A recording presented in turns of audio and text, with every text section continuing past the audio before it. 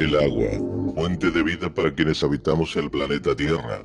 Sin ella, la vida tal como la conocemos no existiría.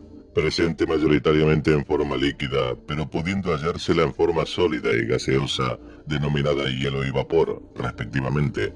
Fundamento único y sustancial para todos, sino la gran mayoría, de las actividades y productos que usamos. Nuestro cuerpo es entre el 60 y el 70% de agua, y algunas de sus partes, como el cerebro, la sangre y los pulmones, poseen entre un 70 y un 90% de agua, y es el elemento primario que se busca en planetas solares y extrasolares para permitir su futura colonización. Este compuesto químico natural del cual tanto dependemos fue analizado, estudiado e investigado por científicos a lo largo del tiempo, y se supone que ya conocemos todo de él. Pero, ¿eso es cierto? ¿O que al ser, al igual que el oxígeno, un elemento vital para la vida humana, aún esconde secretos indescifrables que aparecen en determinadas circunstancias para asombro de todos, incluso de los propios ortodoxos que los siguen negando? La memoria del agua, pruebas y teorías. Jacques Benveniste, Masaru Emoto y Luc Montagnier.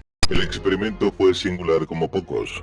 El científico francés Jacques Benveniste proyectó sobre una superficie de agua la imagen luminosa y electromagnética del curare, un veneno mortal de necesidad. No hubo contacto físico de ningún tipo entre ambas sustancias, sin embargo, dio de beber aquel agua a las ratas de su laboratorio. Murieron por asfixia y paro cardíaco como hubieran muerto de haber ingerido curare, pero solo bebieron agua. A partir de ese momento, Benveniste propuso que el agua tiene memoria. El agua recibe, memoriza y transmite vibraciones electromagnéticas. Esta idea en absoluto admitida por la ciencia oficial fue demostrada experimentalmente por el científico francés Jacques Benveniste.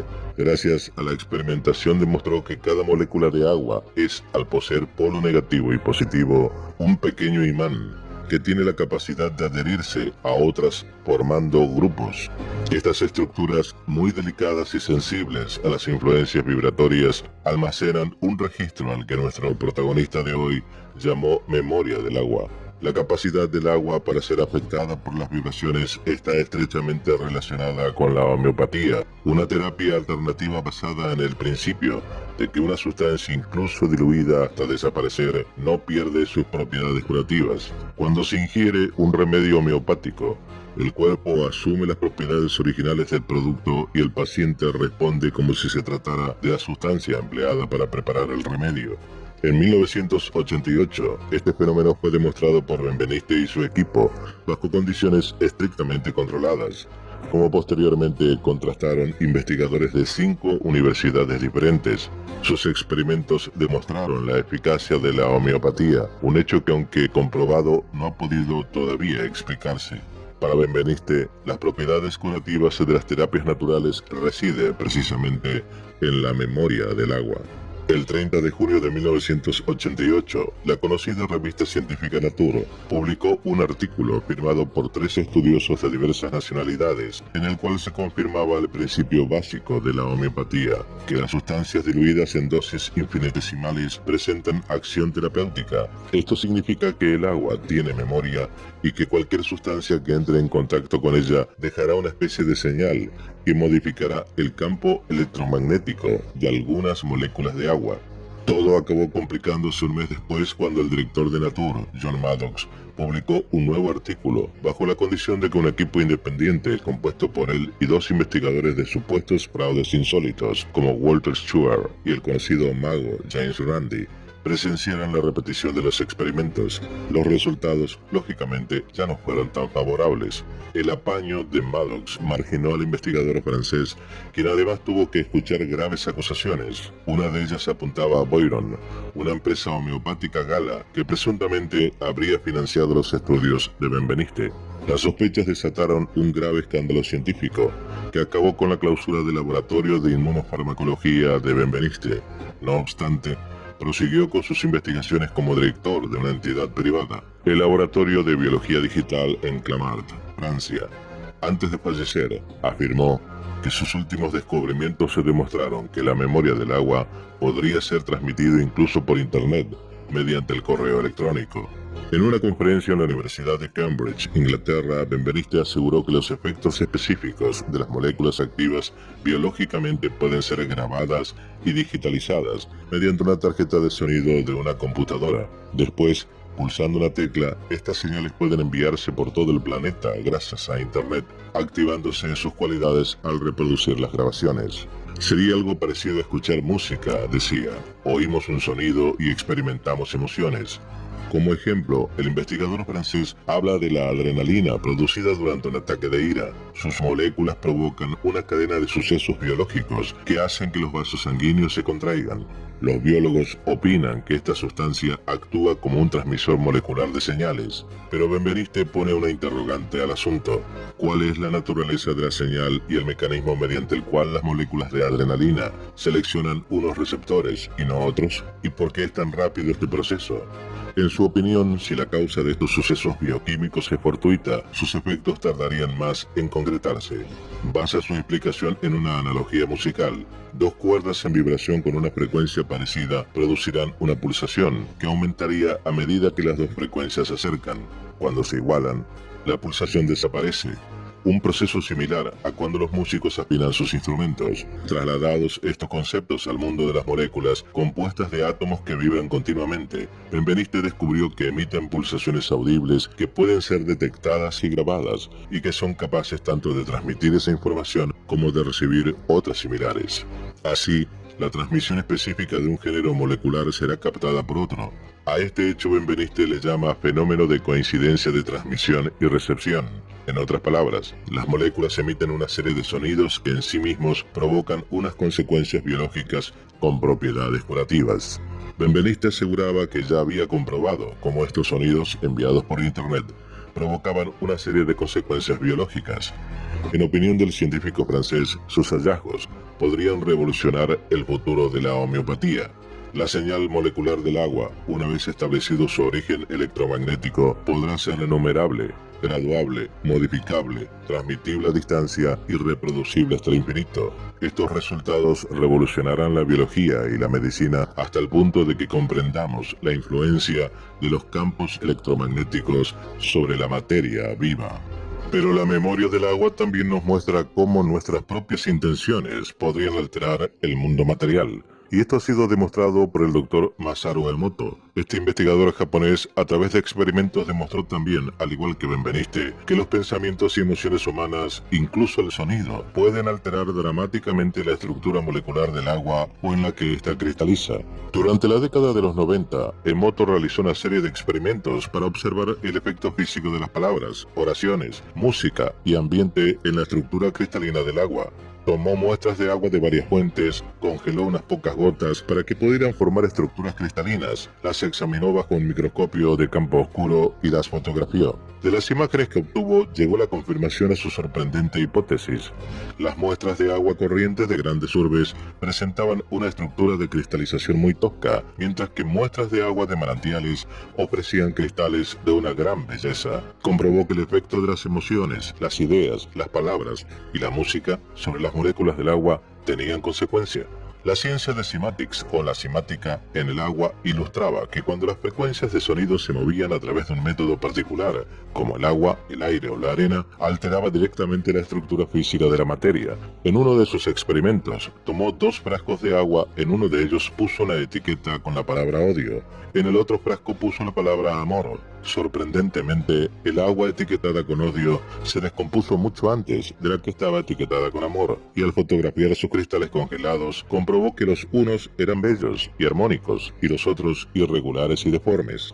Las conclusiones a las que llegó son asombrosas y fascinantes. Este vital elemento tiene conciencia y es fuertemente influenciado por su entorno y por las vibraciones que recibe. Si nuestro cuerpo está compuesto por un 60% de agua, vale suponer que nuestra mente y nuestro estado de ánimo podemos influir en nuestra salud en general. Y si la superficie de la Tierra es también un 70% de agua, las vibraciones generales del ser humano quedan registradas e influyen en todo el planeta. Luc Montagnier, Premio Nobel de Medicina por el descubrimiento del virus de inmunodeficiencia humana, el VIH, dejó sorprendidos a muchos científicos cuando dijo que había descubierto que el agua tiene memoria y que se mantiene incluso después de muchas diluciones. Mientras que la Asociación Médica Británica insiste en que se dejen de financiar con dinero público los tratamientos homeopáticos y los detractores hablan de tonterías, un científico ganador del Premio Nobel de Medicina ha realizado un descubrimiento que puede asentar las bases científicas de la homeopatía. El profesor Luc Montagnier dejó sorprendidos a muchos compañeros de profesión cuando dijo que había descubierto que el agua tiene memoria y que se mantiene incluso después de muchas diluciones. Hasta ahora, científicos y médicos han sostenido que no había base científica para afirmar que las múltiples diluciones utilizadas en la homeopatía tuvieran propiedades terapéuticas, pero este punto de vista se basa en su falta de comprensión o una oposición ante la creciente popularidad de la homeopatía que entra en competencia directa con la medicina convencional. Lo mismo ocurrió en Estados Unidos hace ya un siglo.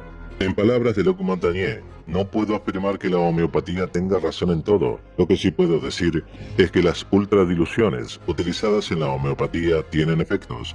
Las ultradiluciones de algo no son nada, dijo, son las estructuras del agua que imitan las moléculas originales, afirmaba. Uno de los fundamentos de la homeopatía es que la potencia de una sustancia se incrementa con una mayor dilución.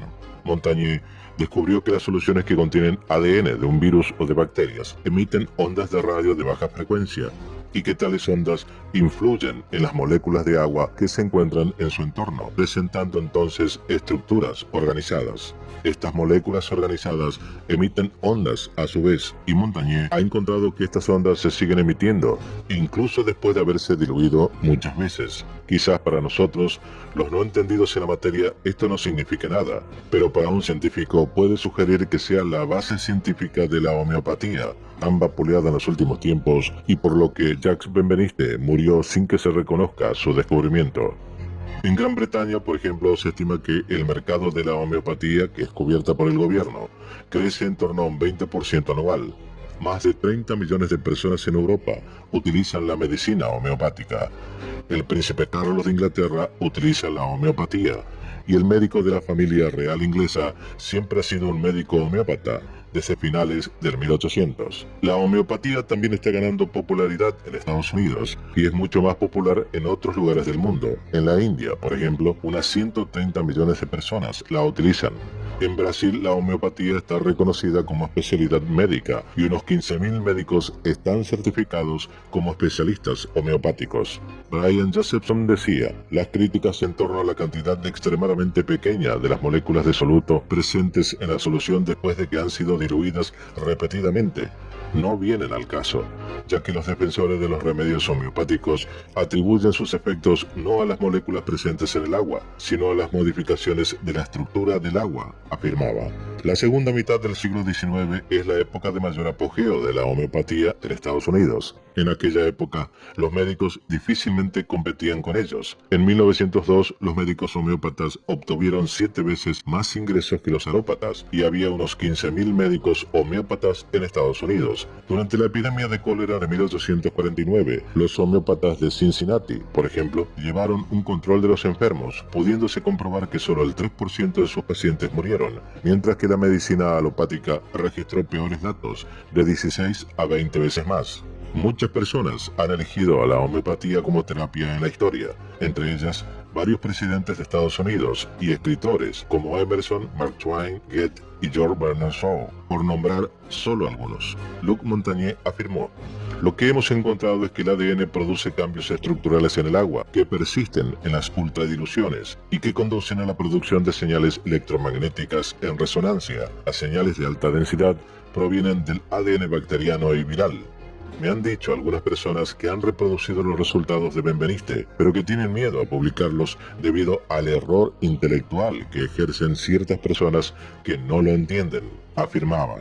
En el siglo XX, la Asociación Médica Americana, la AMA, admitió que la medicina homeopática estaba disminuyendo los ingresos de los médicos alopáticos. Gracias a la financiación por parte de asociaciones como la Fundación John D. Rockefeller y Carnegie, la AMA fue capaz de desacreditar la homeopatía y deshacerse de la competencia de la medicina natural y alternativa. Las 22 escuelas de medicina homeopática que existían en 1900 se redujeron a solo 2 en 1923. En 1950 ya no quedaba en Estados Unidos ningún centro de formación homeopática. Irónicamente, John D. Rockefeller, el padre de la actual medicina, creía firmemente en la homeopatía y se refirió a ella como un paso progresivo y agresivo de la medicina. Rockefeller vivió hasta los 99 años de edad, utilizando hasta los últimos años de su vida la medicina que intentó eliminar, la homeopatía.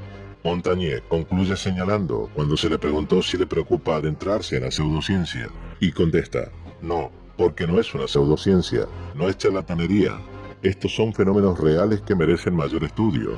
Dana Ullman, homeópata, afirmaba que las declaraciones erróneas y la desinformación sobre la homeopatía son predecibles debido a que este sistema médico ofrece una amenaza viable y significativa a los intereses económicos de la medicina, y no digamos la filosofía y visión global de la biomedicina. La ignorancia de ciertos temas, aunque nos afecten directamente, como en este caso, nos impiden vislumbrar la solución a diversos problemas con los que debemos lidiar diariamente, pero el conocimiento de tales eventos y efectos nos permiten ampliar el ámbito en los cuales debemos desenvolvernos con una mejor comprensión de lo que podemos o no hacer para concretarlos. De eso se trata, de ver más allá de los conceptos básicos encarpetados en una estructura antigua y fría que ya no resiste los cambios que se están produciendo en un mundo más convulsionado, que necesita soluciones a corto, ya no a largo plazo, para el futuro de la humanidad, a todas luces decadente en todo sentido. Conocer con más profundidad el comportamiento de ciertos factores infinitesimales y tan importantes para la vida, como el agua, tan vital para nosotros, nos ayudará de alguna manera a comprender y evolucionar nuestro ser para mejorar nuestra relación con el medio ambiente. Lo positivo de este descubrimiento asombroso es que hay otros que lo siguen investigando y seriamente, confirmando de que es real y puede usarse. El claro ejemplo de ello es la reciente investigación del Instituto Aeroespacial de la Universidad de Stuttgart en Alemania, respaldando con sus experimentos de que el agua tiene memoria, una afirmación que podría cambiar toda nuestra forma de ver el mundo.